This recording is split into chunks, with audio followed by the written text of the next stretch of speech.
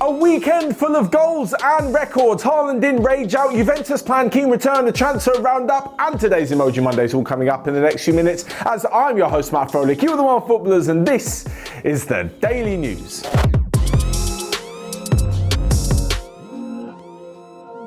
So first off, and it was every football fan's dream this weekend, unless your team was on the losing side, because there were a hatful of goals. Goals everywhere, left foot, right foot, headers, bicycle kicks. There was even a goalkeeper who managed to get on the score sheet. First off, and of course, the home of goals, Bayern Munich and Robert Lewandowski, as they managed to win 4-0 and get a red card against Stuttgart. And this, all with a Robert Lewandowski hat-trick. He now has 35 Bundesliga goals in 25 appearances this season. Insane numbers. The record is held by Gerd Müller with 40, 38 and 36 in 3 separate seasons, and with quite a few games left to go, you wouldn't put it past Robert Lewandowski beating that record. But insanely enough, going in 4-0 up at half-time wasn't even the highest goal-scoring game in the Bundesliga at the weekend, as at half-time, Champions League chasing Frankfurt went in 4-2 up against Union Berlin, with Andre Silva having a fantastic first half. That will do the transfer rumours of him to Manchester United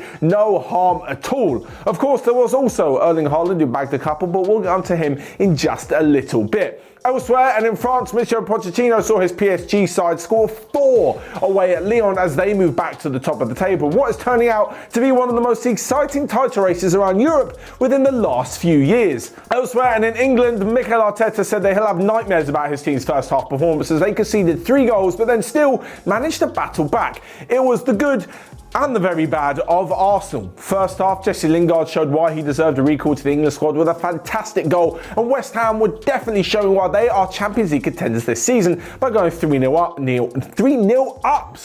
And in the second half, Arsenal turned it on, and especially Martin Odegaard. I thought he was absolutely fantastic. He had a role to play in all of the goals, and eventually Alexander Lacazette's header meant that Arsenal left the London Stadium with a point. But we're not done yet there with all the goal scoring and the goal scoring records, as Luis Suarez scored the only goal of the game for Atletico Madrid to not only keep them top of the table, but to score the 500th goal of his career.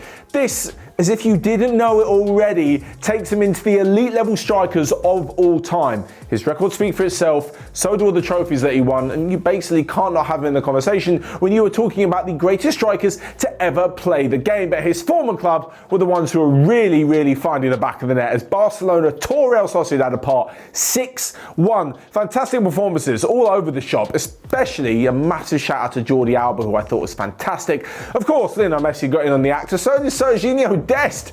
2 goals from right back, and even the goal that Sociedad scored was a pretty good finish. 6-1, a fantastic win, and Ronald Koeman thinks the La Liga race is well and truly alive, and he's got every reason to think so. I think there's 10 games to go, and there's 4 points separating Barcelona and Atletico Madrid. And of course, Real aren't out of it either after a win against Celta Vigo, so could be some exciting times. And to round off this roundup of all of the goals and a load of the action, I've probably missed loads as well over the weekend. Ajax were 5-star, of course they were, putting in a fantastic performance as they won 5-0 against ADO Den Haag. Okay then, moving on, I touched on it just a little bit before, and it's about Erling Haaland, who is doing all that he can to try and get his Dortmund side back into the Champions League for next season. At the moment, they sit in 5th, and they're a few points off Frankfurt. Things aren't all completely doom and gloom. Having said that, they do have a very difficult time in the next round of the Champions League against Manchester City, and I'm sure Erling Haaland does not want those 2 games to be his last in the Champions League for at least another year. So much so that apparently he has told his agent Mino Raiola that he wants to leave the club in the summer if they don't make the Champions League. Now, this is a report that came out yesterday lunchtime, after Erling Haaland threw off his shirt and gave it to a Cologne defender after the 2-2 draw, which he managed to score his 20th and 21st goals of the Bundesliga season in just 21 appearances. And he did it a little bit angrily, and he stormed off the pitch, and he was obviously unhappy. This, I believe, has nothing to do with the rumour that came out. This rumour is going to happen. Like, it's a pretty standard sort of line if you're writing any sort of news or talking about any sort of news. A big player, loads of clubs are interested in him, he's playing in the Champions League, and if his team don't make the Champions League, it's a good enough reason for another team in the Champions League to come in and offer him a lucrative deal and the promise of playing in Europe's Premier Club competition. Of course, over the weekend, he was probably just annoyed that his team didn't do enough to pick up all 3 points. There's no way that he was super pissed. Sorry, he was super pissed, but there's no way that he was so angry that he took off his shirt angrily, went down the tunnel, and straight away went, if there's no Champions League next season, I'm leaving, to his agent Mino Raiola. I'm sure he discussed this before the game and in the last few months. There have been rumours that Haaland's willing to stick it out until next season, and of course, if Dortmund don't make it, then it makes complete sense that he'll leave, but I don't think it's off the back of just one game. Having said that, he has a right to be annoyed as he did all that he could, and it must feel at times that he's quite literally dragging Dortmund single-handedly over the line and into the Champions League spots. Having said that, if Wolfsburg and Frankfurt continue their form, there won't be a spot to fight for. Moving on though, and to Juventus, who didn't exactly have the best of weekends with a 1-0 home loss to Benevento, but apparently they're looking to the future and another striker they could be signing in the summer. I say signing, how about re-signing? It's Moise Kean. A few seasons ago, he burst onto the scene, he was brilliant.